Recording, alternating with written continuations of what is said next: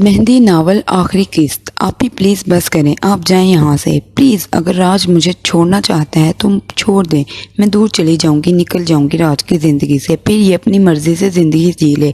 मैंने दुख के सिवा राज को दिया ही क्या है। जब से राज की ज़िंदगी में आई हूँ जहन्नुम बनाकर रख दी है राज की ज़िंदगी मैंने। मुझे निकल जाना चाहिए, चले जाना चाहिए। हाँ हाँ चली जाओ, तुम दफ़ा हो जाओ मेरी ज़िंदगी से। मैं नहीं देखना चाहता तुमको अपनी ज़िंदगी में। राज भी हिना पर चिल्लाया, वो बहुत सख्त बदगुमान था हिना से। चुप कर जाओ तुम दोनों, चुप कर जाओ। राज इधर देखो मेरी तरफ।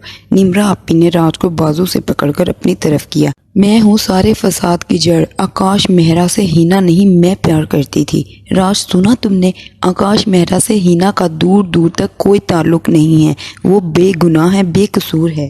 निम्रा आपी ये आप क्या कह रही हैं? इसको बचाने के लिए न जाने क्या क्यों इसके इल्ज़ामात अपने सर लेने पर तुल गई हैं। नहीं, बिल्कुल भी नहीं।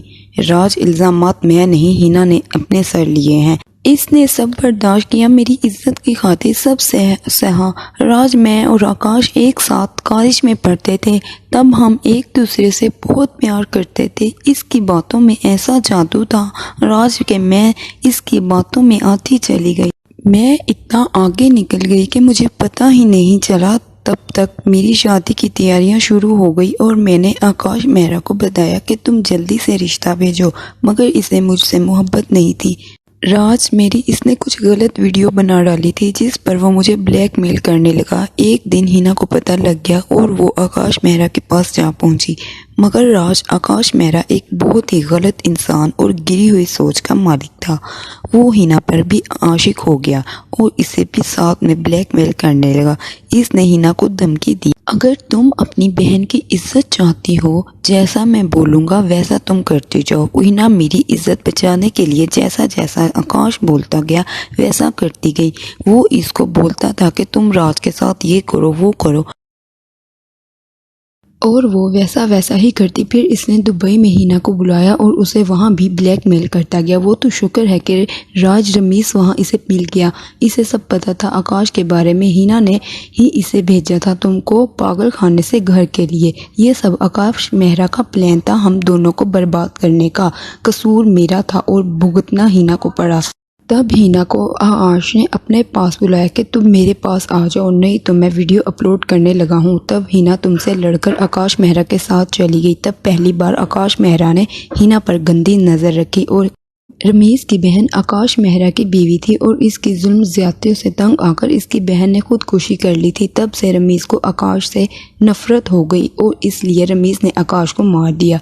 और कत्ल भी हिना ने नहीं किया राज, रमीज ने किया है आकाश मेहरा का कत्ल। तुम जानते हो रमीज की बहन आकाश मेहरा की बीवी थी और इसकी जुल्म ज्यादतियों से तंग आकर इसकी बहन ने खुदकुशी कर ली। तब से रमीज को आकाश से नफरत हो गई और इसलिए रमीज ने आकाश को मार दिया। राज, हिना बेकसूर है मेरे भाई, ये तुमसे मोहब्बत करती है और दिल से करती है।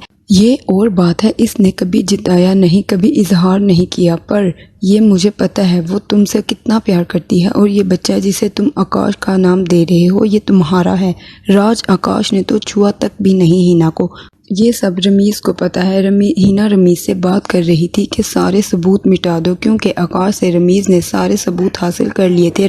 राज, हिना ने वो कुछ किया है मेरे लिए जो तुम भी ना कर सकते थे। इसने अपनी जिंदगी अपनी इज्जत दाव पर लगाकर अपने खानदान की इज्जत बचा ली, मुझे जिल्लत से बचाए रखा, खुद तकलीफ में रहकर।